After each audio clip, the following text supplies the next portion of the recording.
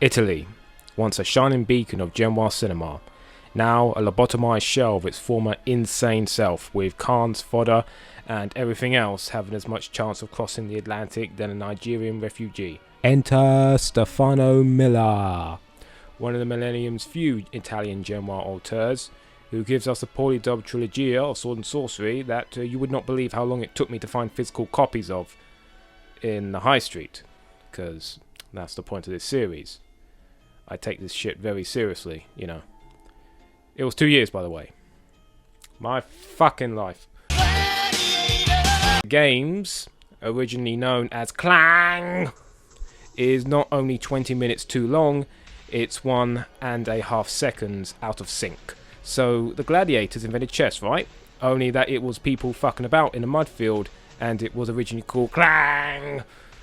And the film was about some bandana wearing loincloth named Tar, who wants to win the game in order to defeat his tyrant shitlord nemesis.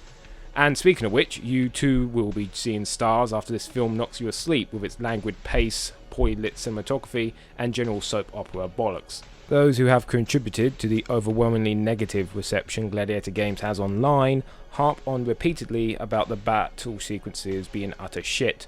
Well, it's not like they're good, but for me at least, they were reassuringly Italian feeling in their combination of confident style and utter ass. The shaky cam and high shutter speed was an iconic approach to fight scenes in the 2010s, and Gladiator Games, in a cutesy Bruno Mattei style way, mimics it with enduring accuracy. Other Matteisms, especially latter-day Mattei, identified in Gladiator Games, include the ultra-cliche stock music, the ambitious digital video camera work, primary colour lighting, and dialogue overwrought to utter mind-numbing fuckery. Boy howdy, on in Roma. Also, there's fantastic art direction, costume design, and general impressive production values on display. But who gives a fuck, right? In conclusion, Gladiator Games is a bloated epic which falls on its ass with panache. It's an admirable failure, and that's what I expected. If it was only 80 minutes long and had more tits and blood, maybe I could recommend it, but apart from it, it's just a piece of shit. Move on. Shot back to back with Gladiator Games, which was just over an eighth of this film's budget, Kingdom of Gladiators was more of what I expected from Stefano Miller, and all I can say is, holy shit, what the fuck, mamma mia. Kingdom of Gladiators is in every way the Ator of our post-capitalist times, and I am so happy to declare it to be utter, authentic, primo Italian trash, highlighting both the agony and the ecstasy of Italian Genoa cinema. The cast is full of either attractive or intriguing faces, but their acting might be some of the worst that can be found in pre-Game of Thrones millennial fantasy filmmaking. The cinematography is really good and the locations were well scouted, but the After Effect grading is cheap vignetting garbage. The art direction and costume design is eye-catching, yet the soundtrack, not a score, soundtrack, is totally compiled of the greatest hits from charity adverts over the last 10 years. You know the fucking ones. So it seems we have everything an Italian exploitation film fan could want. Sampled music, amateur acting, cutesy Jim Bunny Hans, fantastic production values, and a mesmerizingly inept screenplay that all comes together to make a film that toes the very fine line between total cliche and utter fucking insanity like only the purest Eurotrash is able to do.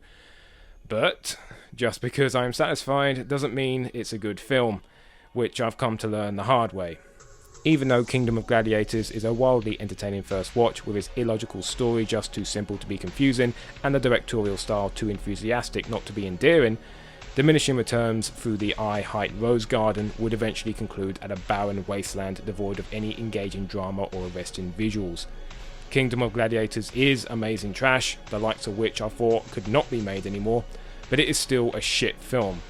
And it is painful to admit because the effort is evidently there on the screen, it's just incredibly misguided.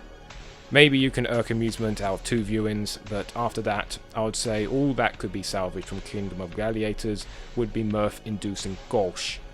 The key to intelligence, precious boys, is being able to pronounce what you fucking writ.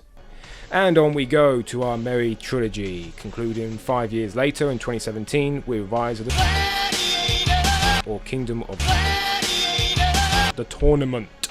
Stefano Minna, since then, has had 3 more films under his belt, and like any good Genoa Parmesan, has kept up with the popular film aesthetics of the time.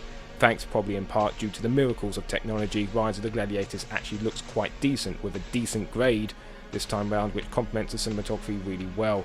In terms of art design, the film is very Mad Max Furio-like, with the production values once more being top-notch. However, to your shock and awe, most likely, the DVD artwork of Rise of the Gladiators is misleading, to say the least. This is not set in ancient Rome, and scenes featured are barely outside of a cave at that. Wow. How could they lie to us? The story is really about warriors from all corners of the earth fighting for a magic sword that isn't Excalibur. Templars, Zulus, Samoans, Vikings, Celts, I think, in there. They all fight it out to see who can get the shiny piece of metal. Sounds like fun, but there is little plot, and the majority of Rise of the Gladiators just seems like one long monotonous fight scene. What made Kingdom of the Gladiators enjoyable was the variety of its what the fuckery. The film felt like it was always moving in strange ways. Rise of the Gladiators, though more of a polished production, feels sparse in plot and is paced rather poorly, and I prefer a fast pace and ugly visuals over a sleek looking yet disparate plot. Though I did find Rikishi to actually be quite good in his role, something I was not expecting. Anyway, so in conclusion, Rise of the Gladiators is an exhausting finale to this trilogy of modern Italian Genoa filmmaking. It's well shot, features some interesting characters, but it's too thin in plot to hold interest for long. Bitter disappointment. In conclusion, Gladiator Games is an overly long and overly confusing mess. Kingdom of the Gladiators is grade A Poundland trash that moves at a brisk pace, and Rise of the Gladiators is a dull, if visually impressive, fightathon. Ciao!